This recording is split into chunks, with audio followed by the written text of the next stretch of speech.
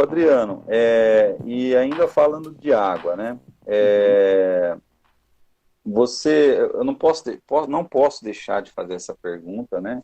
Apesar da Uhum. gente ter alinhado, mas é, a água, ela sofre dentro do processo de fundição, você sabe muito melhor que eu, que nós temos variações climáticas, né? Então, se eu tenho uma fundição no Rio Grande do Sul, que está lá temperatura baixíssima, eu tenho fundição no Ceará, Uhum. né?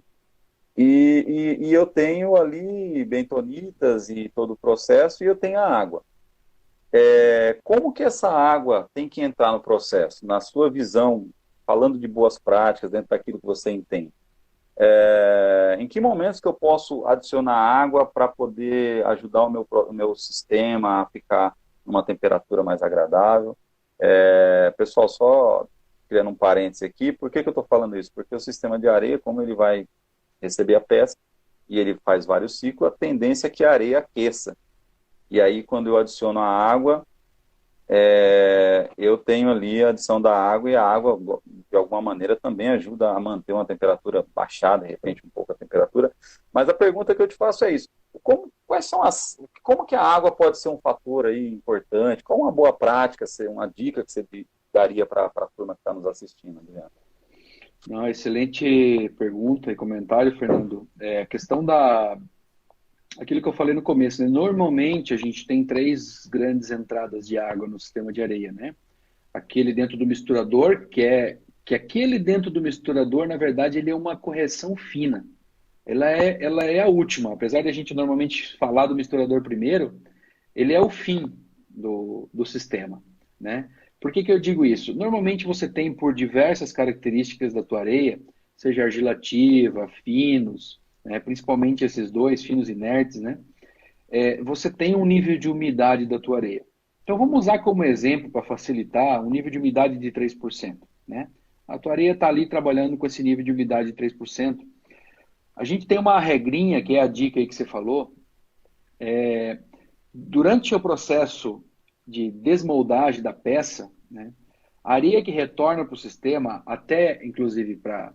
É uma característica porque justamente a peça aqueceu essa areia de uma maneira que ela diminui a umidade, né? Mas essa diminuição da umidade facilita também o retorno dessa areia para o processo, né? Passar por peneiras, etc. Normalmente, nessa área, a areia deveria estar com mais ou menos 30%, 33% da umidade total da areia. Então, se ela tem 3%, deveria estar ali entre 0,8, 1, 1,1% de umidade na desmoldagem, né? E ela precisa realmente estar seca para poder voltar e facilitar esse reprocessamento da areia.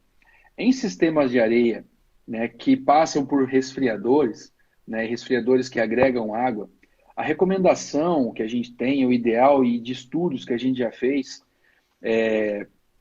mostra que na saída do resfriador, essa umidade de processo ali, ela deveria estar mais ou menos 2/3 da água, da umidade do teu sistema de areia.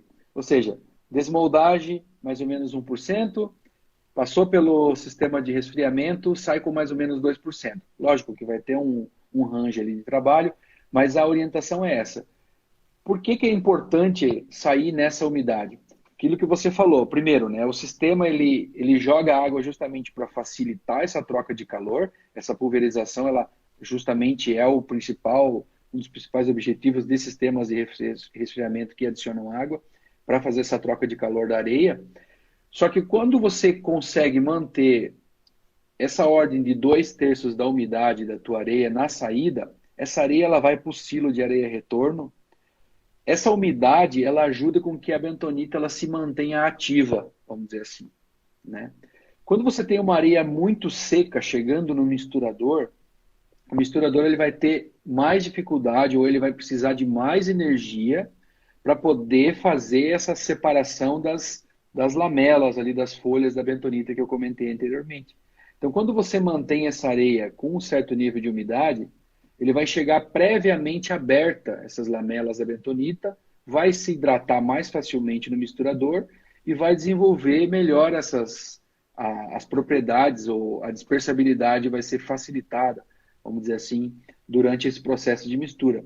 Então, Como eu falei, o misturador ele vai ser o final da linha, falando em umidade de areia, em correção de água do sistema de areia.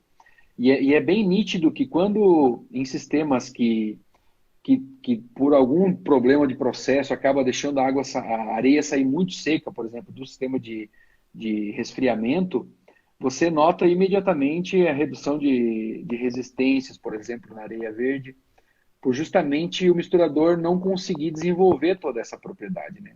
Não conseguir colocar essa energia necessária. Então, a regrinha ela é basicamente essa. Um terço na desmoldagem, um terço da umidade na desmoldagem, dois terços na saída do resfriador, né? E aí a última parte, né? A terceira parte você adiciona normalmente ali no misturador de areia.